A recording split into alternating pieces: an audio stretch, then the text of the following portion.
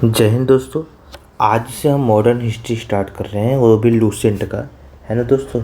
तो modern history चलेगा, ठीक है। आधुनिक भारत, आधुनिक इतिहास चलेगा, ठीक है। और लूसेंट का पूरा रहेगा, जो आपके ख़ास तौर पे ये एसएससी सीजीएल से लेकर के रेलवे से लेकर के जो भी वनडे कॉम्पिटिटिव एग्ज़ाम है आपका, यहाँ तक कि पीसीएस पीएससी जो भी स्टेट पीएससी लेवल का एग्ज़ाम होता है उससे भी आपको ये अच्छे से बताया जाएगा, है ना दोस्तों। तो चलिए स्टार्ट करते हैं, ठीक है।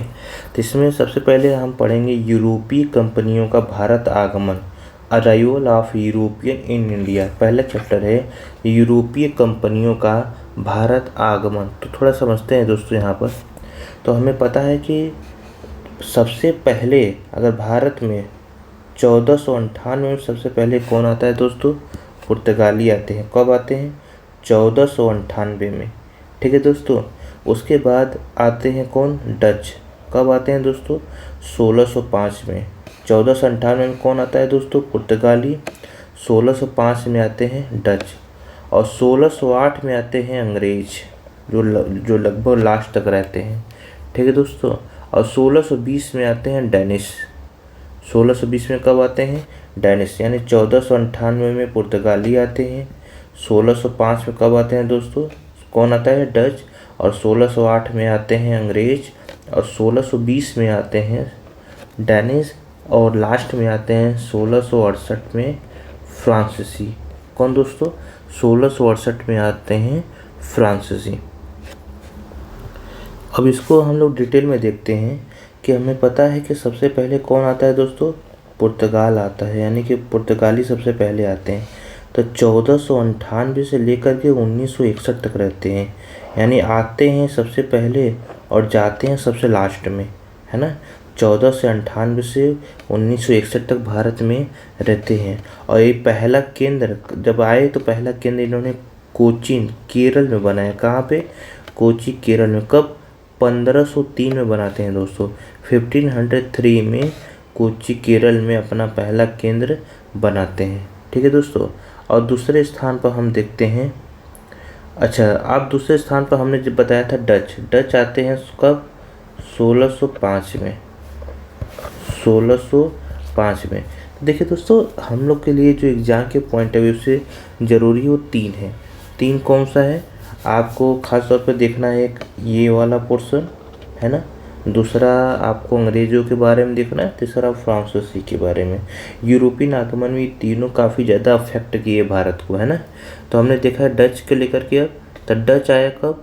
1605 में आता है, ठीक है, और 1759 में जाता है ना। ये कुछ ज़्यादा फर्क नहीं डाला भारत पे जितना ये तीनों डाले, है ना, ठीक है। अब हम चलते हैं किसके तरफ? अंग्रेज की तरफ। ये 1608 में आते हैं और 1947 में जाते हैं दोस्तों। कब? 1608 में आते हैं, 1947 में जाते हैं। ये 1611 में, कब? 1611 में अपना पहला केंद्र, प्रथम केंद्र बनाते हैं, डालते हैं कहाँ? मसूलीपट्टनम, आंध्र प्रदेश में। कहाँ पर? मसूलीपट्टनम में। कहाँ पे दोस्तों? मसूलीपट्टनम में ये प्रथम केंद्र, प्रथम व्यापार का केंद्र बनाते हैं। कहाँ पे? मसूलीपट्टनम को अपना व्यापार केंद्र बनाते हैं, ठीक है दोस्तों। फिर चौथे स्थान पर हमें पता है डेनिश आते हैं। डेनिश 1616 में आते हैं, 1745 तक रहते हैं, ठीक है। लेकिन ये इनका पहला केंद्र ट्रंकवेयर होता है, जो कि हमारे लिए कोई खास नहीं था। 1620 में बनाते हैं ये, ठीक है। तो ये हमारे लिए कोई खास है नहीं। लेकिन अब बात करते हैं फ्रांसीसी को लेकर के। तो फ्रांसीसी 1668 में आते हैं, 1954 में जाते हैं। कब दोस्तों? 1668 से लेकर के 1954 तक। और पहला केंद्र इनका कहाँ था? पहला केंद्र सूरत। तो सवाल कर देगा आपसे कि बताइए सूरत किस यूरोपीय कंपनी का आपका व्यापारिक केंद्र बना पर सर्वप्रथम? तो किसका था? फ्रांसीसी कंपनी का। किसका? फ्रांसीसी कंपनी का। और जो अंग्रेज का था मसूलीपट्टनम, और पुर्तगाल का था कोची केरल में, ठीक है दोस्तों। यहाँ तक आपको क्लियर है? आगे बढ़ते हैं। अब इसमें देखते हैं हम दोस्तों कि पुर्तगाली आता है कौन? Vasco da Gama. वास्को डिगामा पहली बार भारत आता है, ठीक है। वास्को डिगामा पहली बार भारत आता है। यहाँ से चलता है लिस्बन पोर्चुगल से चलता है। इस रास्ते होते हुए केप ऑफ गुड होप, कहाँ पे दोस्तों, केप ऑफ गुड होप जो साउथ अफ्रीका का है, यहाँ से हो करके इस रूट से होते हुए यहाँ से होते हुए आपका जाता है कहाँ पर, कैलिकट। कहाँ पे दोस्तों, कैलिकट जाता है। कहाँ पर, कैलिकट। ठीक है, कैलिकट कहाँ पर, केरल में, है ना। यानी कि केप ऑफ गुड होप के रास्ते, क्योंकि उस समय जो ये एक स्विच कैनाल था, ये वाला, ये चालू नहीं था, ये स्टार्ट नहीं किया गया था, है ना। स्विच कैनाल स्टार्ट नहीं किया गया था उस समय, ये बंद था, है ना। मतलब कि इसको जोड़ा ही नहीं गया था, मेडिटेरियन सी को अरेबियन सी से जोड़ा नहीं गया था। ठीक है दोस्तों, तो उस समय यानी कि जो आपको वास्को डिगामा था, उसने कौन सा रूट अपनाया, कौन सा रास्ता अपनाया, केप ऑफ गुड होप के रास्ते होते हुए भारत पहुंचा था। ठीक है दोस्तों, और देखते हैं किसके मदद से पहुंचा था। तो देखिए दोस्तों, जब ये केप ऑफ गुड होप के रास्ते पहुंचा, है ना, केप ऑफ गुड होते हुए, और जब भारत पहुंचा था, एक गुजराती व्यापारी था अहमद इब्न मजीदी के मदद से ये भारत पहुंच गया। ठीक है, अब भारत पहुंचा कब, 20 मई 1498 को भारत पहुंच गया। 20 मई 1498, है ना, 20 मई 1498 ये कहाँ पहुंचता है, भारत पहुंचता है। भारत कहाँ पे, कैलिकट के शासक जो था उस समय जैमूरिन, कौन था दोस्तों, जैमूरिन ने इसका स्वागत किया। कौन स्वागत किया, जैमूरिन ने इसका स्वागत किया। कौन था ये, कैलिकट का शासक था। और इसका विरोध किसने किया, अरब व्यापारियों के द्वारा इसका विरोध किया गया दोस्तों। किसके द्वारा, अरब व्यापारियों के द्वारा विरोध किया गया। जब ये भारत से वापस जाता है, काली मिर्च के व्यापार से 60 गुना मुनाफा कमाया दोस्तों। और ये 1502 में दोबारा भारत आया। कब, 1502 में दोबारा भारत आता है, और 1503 में कोची में प्रथम फैक्ट्री की स्थापना करता है। और 1524 में दोस्तों, 1524 में तीसरी बार भारत आया, और यहीं पर कोची केरल में इसकी मृत्यु हो जाती है। यानी भारत में ही इसकी मृत्यु हो जाती है। यानी पहली बार कब आया, 20 मई 1498 को भारत आता है। जैमूरिन, कैलिकट के शासक जैमूरिन ने इसका स्वागत किया। ठीक है दोस्तों, तो हमने एक चीज़ देख लिया कि हाँ, वास्को डिगामा भारत कब आता है, क्या करता है, भारत में उसका कौन विरोध करता है, कौन उसका सपोर्ट करता है, कौन स्वागत करता है, किसके मदद से भारत आता है ना। तो ये सारी चीज़ें देखते हैं। थोड़ा सा ये भी देख लेते हैं कि जब वो भारत आता है तो भारत में क्या स्थिति था, है ना। तो हमें पता है कि 1498 में यानी 15वीं शताब्दी में वास्को डिगामा यानी एक पुर्तगाली जो था वो भारत आता है। तो उसमें भारत में स्थिति देखते हैं कि भारत में क्या स्थिति था। भारत में उसमें दिल्ली सल्तनत चल रहा था। कौन सा था, दिल्ली सल्तनत था। और दिल्ली सल्तनत में लोधी वंश था उस समय। लोधी वंश में कौन, सिकंदर लोधी उस समय शासक था। कौन था दोस्तों, सिकंदर लोधी उस समय शासक था। और विजयनगर में उधर दक्षिण साइड में देखें तो नरसिम्हा द्वितीय वो भी था। और गुजरात में था महमूद बेगड़ा वहाँ का शासक था। कहाँ का, गुजरात में। ठीक है दोस्तों, तो हमारे लिए जो इम्पोर्टेंस था कि हाँ, जब वास्को डिगामा भारत आता है तो उस समय भारत में किसका शासन था, दिल्ली सल्तनत था। दिल्ली सल्तनत में सिकंदर लोधी जो लोधी वंश का था वो शासन कर रहा था। ठीक है दोस्तों, आगे बढ़ते हैं। अब इसमें देखते हैं जो प्रमुख पुर्तगाली गवर्नर हुए, यानी कि कुछ गवर्नर भी आए उसके। तो पहला गवर्नर आता है, यानी कि पुर्तगाल का पहला गवर्नर फ्रांसिस्को डी अल्मीडा। कौन दोस्तों, फ्रांसिस्को डी अल्मीडा ये प्रथम गवर्नर था।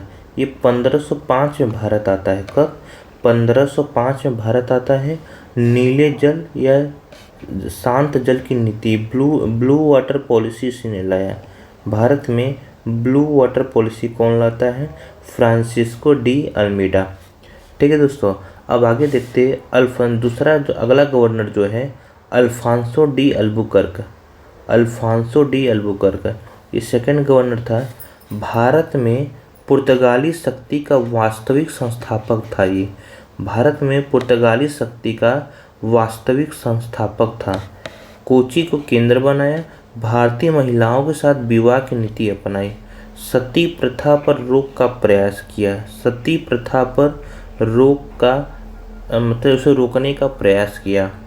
और अगला जो गवर्नर है Nino da Cunha, Nino da Cunha, ये पुर्तगाल का अगला गवर्नर है। गोवा को राजधानी बनाता है कौन? गोवा को राजधानी बनाया कौन? Nino da Cunha. ठीक है दोस्तों, और यह क्या करता है, मतलब 1530 में गोवा क्या करता है, राजधानी बनाता है। कब दोस्तों? 1530 में गोवा को अपना राजधानी बनाता है कौन? Nino da Cunha. आगे देखते हैं दोस्तों।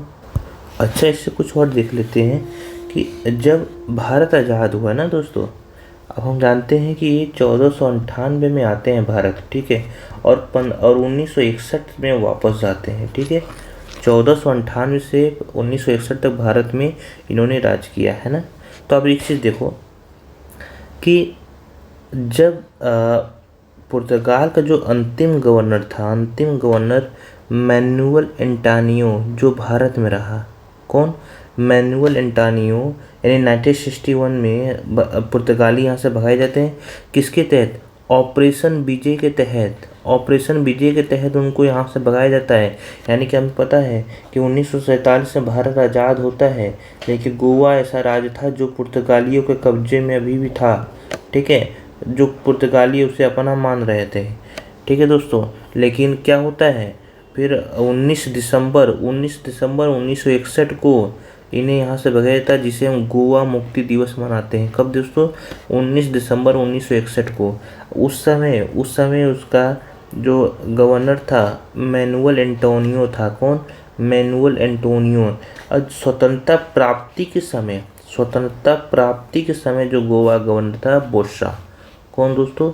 बोस्सा था। स्वतंत्रता प्राप्ति के समय, यानी कि इंडिपेंडेंस के समय जो गोवा का गवर्नर था कौन था दोस्तों? बोस्सा। लेकिन जब 1961 में इसे भगाया गया, जो पुर्तगालियों को भगाया गया, तो उस समय कौन गवर्नर था? मैनुअल एंटोनियो था। कौन दोस्तों? Manual Antonio. किस ऑपरेशन के तहत? ऑपरेशन विजय के तहत। ऑपरेशन विजय के तहत पुर्तगालियों को भगाया गया। किस डेट को मुक्ति दिवस मनाया जाता है? 19 दिसंबर 1961 को गोवा मुक्ति दिवस मनाया जाता है दोस्तों। तो था ये था दोस्तों कि आपका पुर्तगाल को लेकर के, जो पुर्तगाल भारत आता है ना, जो पोर्चुगीज भारत आते हैं, भारत में वो क्या क्या रहते, कितने समय तक रहते, उनका क्या योगदान है।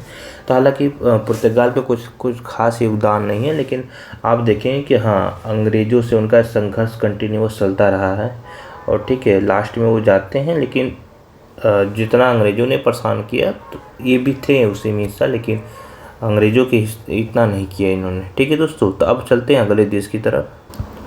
अब दोस्तों अगला देश है डच। डच के बारे में देखते हैं, ठीक है।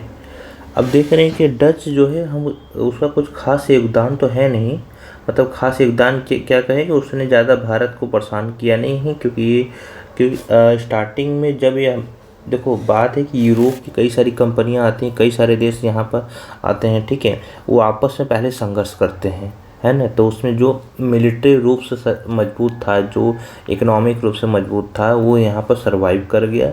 और जैसे आपका डच हो गया, डेनिश हो गया, फ्रांसीसी हो गया, पोर्चुगस हो गए, ये थोड़ा कमज़ोर पड़ गए थे, अंग्रेज़ों के मुकाबले कमज़ोर पड़ गए थे।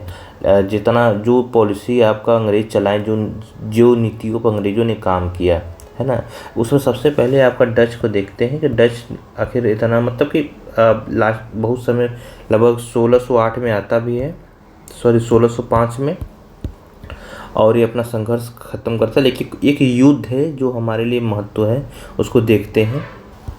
वो युद्ध है दोस्तों बेदरा का युद्ध, जिसे हम कर्नाटक का युद्ध कहते हैं, बेदरा। 1759 में डच और ब्रिटिश के बीच में युद्ध होता है, और उसके जो ब्रिटिश की तरफ से था रॉबर्ट क्लाइव। कौन था दोस्तों? रॉबर्ट क्लाइव था, और इसमें डच हार गए थे। यही युद्ध के बाद डच क्या किए थे? भारत से निकल गए थे, भारत से चले गए थे, ठीक है। यानी किस युद्ध के बाद दोस्तों? बेदरा का युद्ध। किस युद्ध के बाद? बेदरा जो कर्नाटक का जगह है, उस युद्ध के बाद डच और अंग्रेज यानी के बीच में युद्ध होता है, और डच ये युद्ध हार जाते हैं। और अंग्रेज़ों की तरफ से कौन था दोस्तों? रॉबर्ट क्लाइव था। और यहीं से आपका जो डच था, उनका भारत में जो शक्तियाँ थी वो खत्म हो चुकी थी। ठीक है दोस्तों, तो अब आगे बढ़ते हैं, अगले देश की तरफ चलते हैं।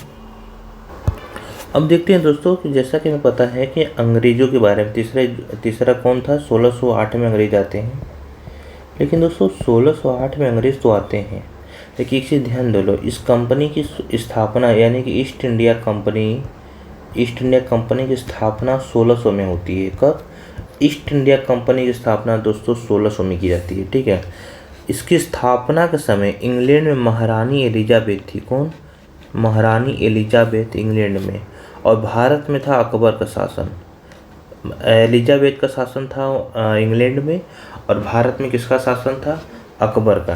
ठीक है दोस्तों, तो यानी कि कब? 1600 में इसकी स्थापना के समय की बता रहा हूँ मैं। 1600 में जब कंपनी की स्थापना, ईस्ट इंडिया कंपनी की स्थापना हुआ था ना, तब उस समय ब्रिटेन में जो थी महारानी एलिजाबेथ का शासन था। इन्होंने ही रॉयल चार्टर एक्ट पर साइन किया था, यानी कि इसका ईस्ट इंडिया कंपनी को परमिशन दिया था कि जाओ तुम भारत में पूर्वी देशों के साथ, यानी भारत में आप बोल दे पूर्वी देशों के साथ व्यापार करो। ठीक है, तो उस समय यानी कि इंग्लैंड में किसका शासन था? महारानी एलिजाबेथ का, और भारत में अकबर का शासन था। किसका? अकबर का शासन था। यानी ईस्ट इंडिया कंपनी के स्थापना के समय भारत में किसका शासन था दोस्तों? अकबर का शासन था। और ईस्ट इंडिया कंपनी का पहला गवर्नर था थॉमस स्मिथ। कौन दोस्तों? थॉमस स्मिथ था ईस्ट इंडिया कंपनी का पहला गवर्नर। कौन? Thomas Smith. ठीक है दोस्तों, तो अब हमें पता है कि अंग्रेज जो है ईस्ट इंडिया कंपनी भारत में कब आती? 1608 में। तो उस समय 1608 में भारत में किसका शासन था? जहांगीर का। किसका दोस्तों? जहांगीर का शासन था, जो 1605 से लेकर के 1625 तक भारत में शासन किया। कौन?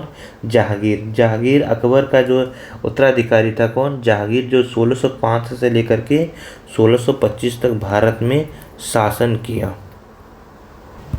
फिर देखते हैं दोस्तों कि मछलीपट्टनम में इसने अपना पहला कंपनी स्थापित किया। कब? 1611 में। मछलीपट्टनम में कब किया दोस्तों? 1611 में। और फिर सूरत में 1613 में कंपनी की स्थापना करता है। अपने केंद्र का स्थापना कब करता है दोस्तों? 1613 में। और उसके बाद बात करते हैं उड़ीसा में 1633 में करता है दोस्तों। कब? 1633 में। 1633 में उड़ीसा में हुगली, कहाँ पे? हुगली जगह पे क्या करता है? अपना केंद्र की स्थापना करता है। फिर बम्बई में 1668 में करता है दोस्तों। कब? 1668 में बम्बई में क्या करता है? केंद्र की स्थापना करता है दोस्तों। बम्बई में 1668 में करता है। और उसके बाद जो है आपका कोलकाता में फोर्ट विलियम की स्थापना करता है 1698 में। कोलकाता में फोर्ट विलियम की स्थापना करता है दोस्तों। कब? 1698 में। कौन? ईस्ट इंडिया कंपनी इन केंद्रों को बनाने में लगी हुई है। अपने व्यापार को बढ़ाने के लिए इन सारे केंद्रों को बनाने में लगी हुई है। ये इम्पोर्टेंट सेंटर है इसके लिए। ठीक है दोस्तों, आगे बढ़ते हैं। तो दोस्तों हमें पता है कि जहांगीर के समय में, यानी जहांगीर के काल में ईस्ट इंडिया कंपनी भारत पहुंचती है, लेकिन उसकी स्थापना अकबर के काल में हुआ है। लेकिन भारत कब पहुंचती है? 1608 में, जहांगीर के काल में। तो दोस्तों देखिए, उसके एक थे कैप्टन हॉकिंस जहांगीर के दरबार में जाता है। ठीक है दोस्तों, वो जो क्या था, उसको तुर्की भी बोलने आता था। कौन सा भाषा आता था? तुर्की बोलने आता था। जो 400 मनसब और इंग्लिश खा, यानी ठीक है दोस्तों, वो सूरत में स्थित फैक्ट्री। ठीक है, अब क्या किया ना कि कैप्टन हॉकिंस ने क्या किया? जहांगीर से भारत में व्यापार करने का अनुमति लेता है। भारत में ट्रेड करने का अनुमति लेता है। कौन दोस्तों? Captain Hawkins. किससे? जहांगीर से। फिर उसी बीच फिर क्या था? टॉमस रो जो 1615 में राजा जेम्स का राजदूत था। यानी कि जो उस समय राजा जेम्स यानी किंग जेम्स था, कहाँ का? ब्रिटेन का। ठीक है, वो अपने राजदूत को भेजता है कहाँ पे? जहांगीर के काल में। वो भी क्या करता है? पूरे मुगल एम्पायर में, पूरे मुगल शासन में, पूरे मुगल साम्राज्य में व्यापार करने की अनुमति लेता है। कहाँ पे दोस्तों? पूरे मुगल साम्राज्य में व्यापार करने की अनुमति लेता है। और कैप्टन हॉकिंस कहाँ पे लेता है? सूरत में व्यापार करने की। कहाँ पे? सूरत में फैक्ट्री बनाने की कैप्टन हॉकिंस लेता है। और टॉमस रो क्या करता है? पूरे मुगल साम्राज्य में व्यापार करने की अनुमति लेता है। और टॉमस रो किसका राजदूत था? राजा जेम्स का, जो किंग जेम्स था, कहाँ का? ब्रिटेन का शासक था, उसका राजदूत था। ये क्या करता है? पूरे मुगल एम्पायर में, पूरे मुगल साम्राज्य में व्यापार करने की अनुमति ले लेता है। तो दोस्तों इस वीडियो में इतना ही रहने देते हैं। बाकी इस सीरीज़ को कंटिन्यूस आगे करेंगे हम, ठीक है, जिससे आपके क्या एक एग्ज़ाम के पॉइंट ऑफ व्यू से आपकी अच्छी तैयारी हो जाए। Thank you very much.